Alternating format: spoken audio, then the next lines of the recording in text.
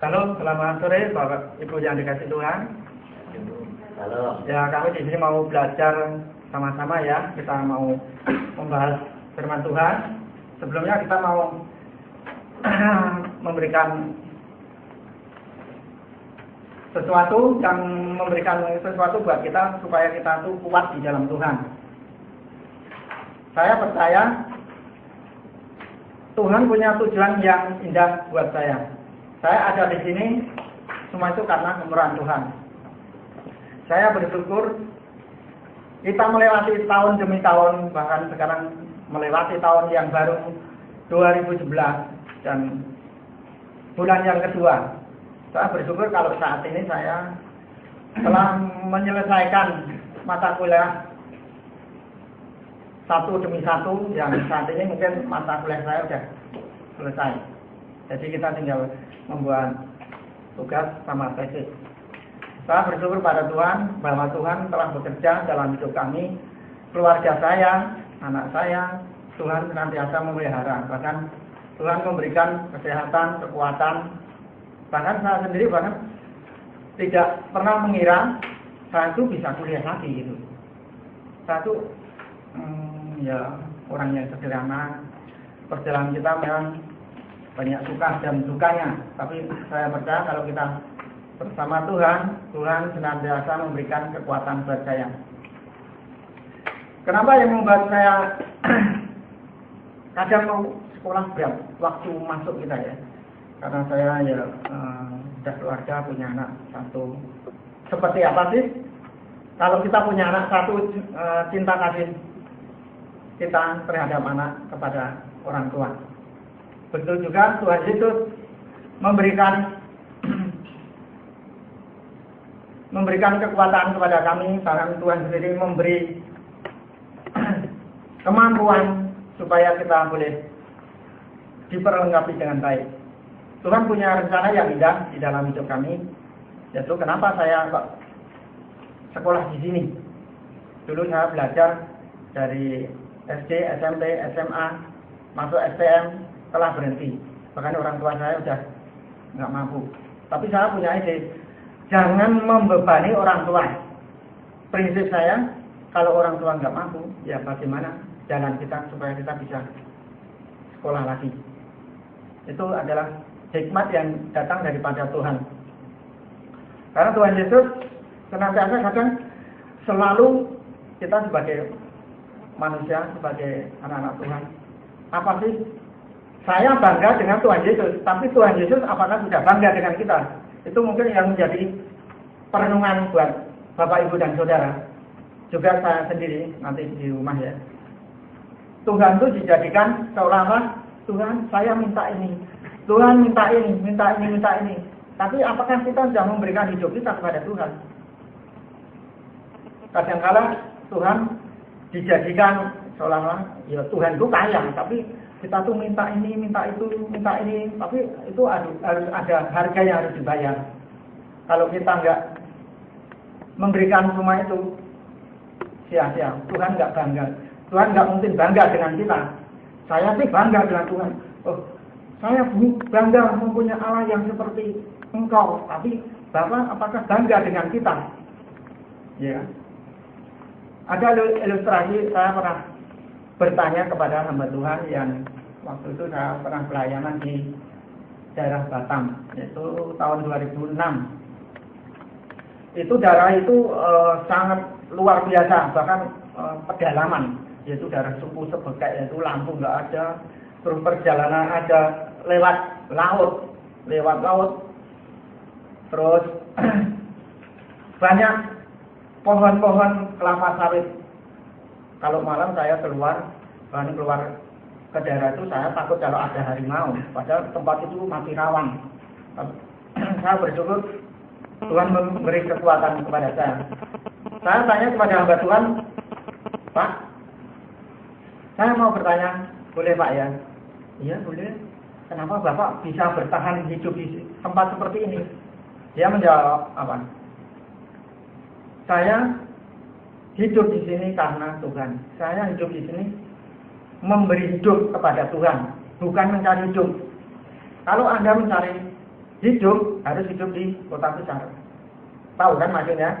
Kalau memberi hidup, kita tuh ya menyerahkan hidup kita kepada Tuhan.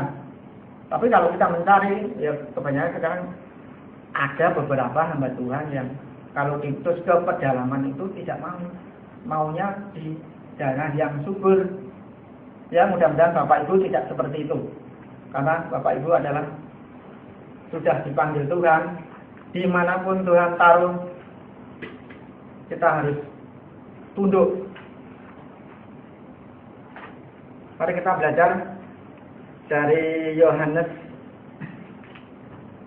21 ayat 20 sampai 25.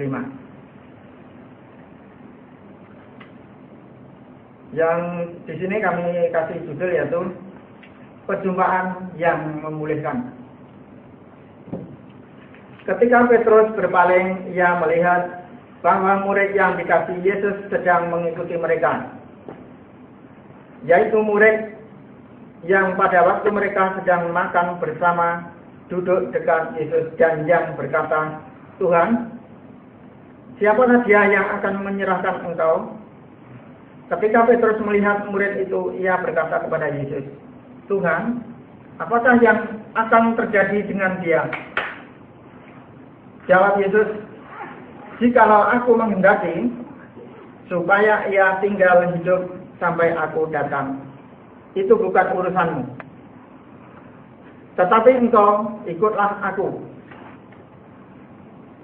Maka tersebarlah kabar di antara saudara-saudara itu bahwa murid itu tidak akan mati. Tetapi Yesus tidak mengatakan kepada Petrus bahwa murid itu tidak akan mati, melainkan jikalau aku menghendaki supaya ia tinggal hidup sampai aku datang, itu bukan urusanmu.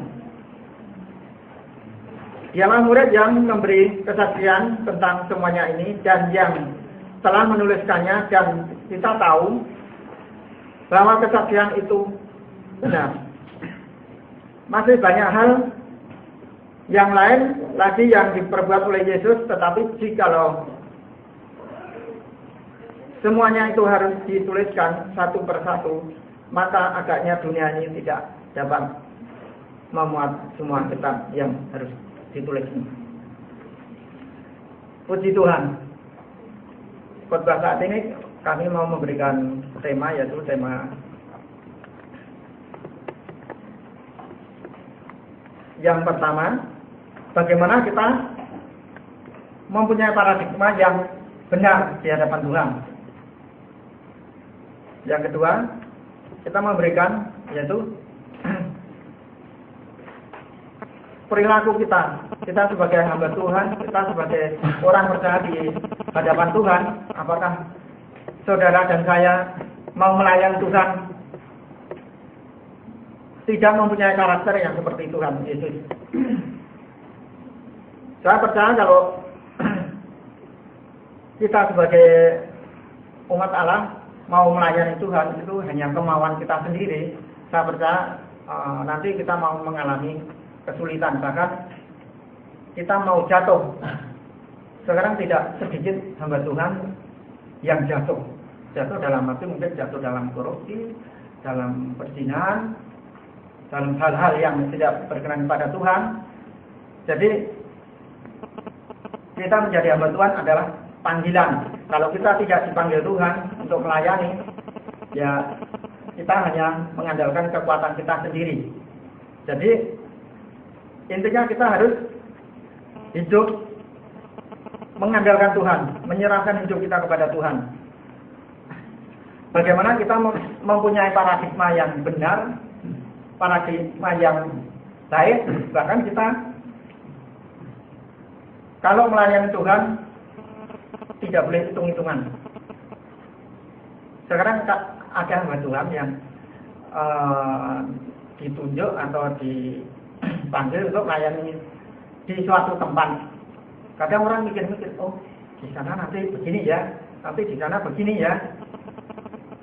Itu aku rasa tidak dibenarkan Tuhan. Bahwa kita melayani Tuhan motivasinya kita adalah bagaimana kita menyenangkan Tuhan.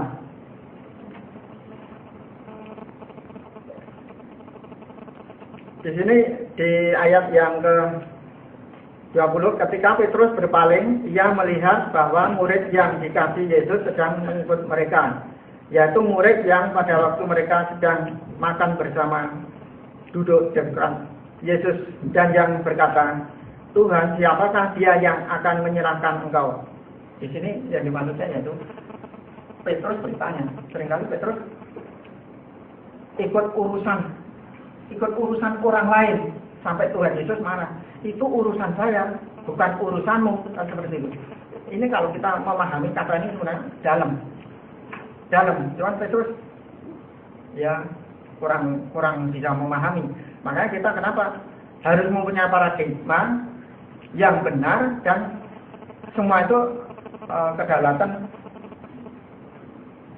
Yang mempunyai kedaulatan adalah Tuhan sendiri. Aku mau memberi sesuatu pada seseorang, itu hak saya. Mau memberi uang berapa, mau memberikan berkat berapa, itu hak saya. Jadi kita sebagai anak Tuhan, mungkin di antara kita pernah dikasih uang si A, si B, atau makanan. Loh, kok saya nggak dikasih, si B saja dikasih, saya kok enggak. Kita sebagai manusia kadang mempunyai rasa iri. Jadi rasa iri itu kadang sebagai manusia sering ada dalam benak pikir kita. Jadi kita sebagai anak Tuhan, biarpun orang itu dikasih uang berapa, dikasih berkat berapa, kalau itu memang bukan berkat saya, ya kita nggak boleh iri, nggak boleh iri terus nanti kita melakukan hal-hal yang tidak benar di hadapan Tuhan. Makanya di sini kita diajar untuk berpikir dewasa, kita diajar untuk mempunyai pemikiran yang baik di hadapan Tuhan. Kenapa seperti itu? Karena Tuhan adalah berhak untuk melakukan semuanya itu. Terus kita bahas yang ayat yang ke-21. Ketika Petrus melihat murid itu, ia berkata kepada Yesus, Tuhan, apakah yang akan terjadi dengan dia ini? Di sini memberikan pengertian bahwa nanti apa yang akan terjadi. Berarti hal itu seperti Petrus kan sudah khawatir. Nanti apa yang terjadi ini. Si Petrus itu sebenarnya pemikirannya kurang dewasa, satu. Yang kedua, dia tidak bisa mengendalikan diri. Jadi selalu ikut urusan orang lain. Seperti itu. Kenapa Petrus seperti ini? Karena Tuhan sebenarnya sangat-sangat marah.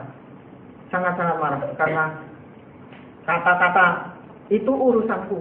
Kamu jangan ikut urusan saya. Tuhan berkata seperti itu. Tapi Petrus selalu menyangkal. Bahkan ayat yang belakang mengatakan Yesus ada menyangkal Tuhan Yesus sampai 3 kali. Bahkan Tuhan Yesus berulang kali, apakah kamu mengasihi aku? Tuhan Yesus berkata seperti itu sampai 3 kali. Sampai Petrus berupa gajahnya sedih, tapi nggak tahu itu sedih benar atau enggak, atau hanya pura-pura. Mungkin Bapak Ibu ada yang seperti Petrus. Jadi jangan seperti Petrus yang berpura-pura baik, tapi banyak menyangkal. Sebenarnya dia sendiri banyak kekhawatiran. Sampai dia bilang, Tuhan, apa yang mau terjadi nanti kalau murid itu ada? Padahal di situ ada Yohanes. Yohanes adalah yang mengarang kitab Injil. Injil adalah karangan Yesus, karangan Yohanes, di mana saat itu Yohanes duduk bersama Yesus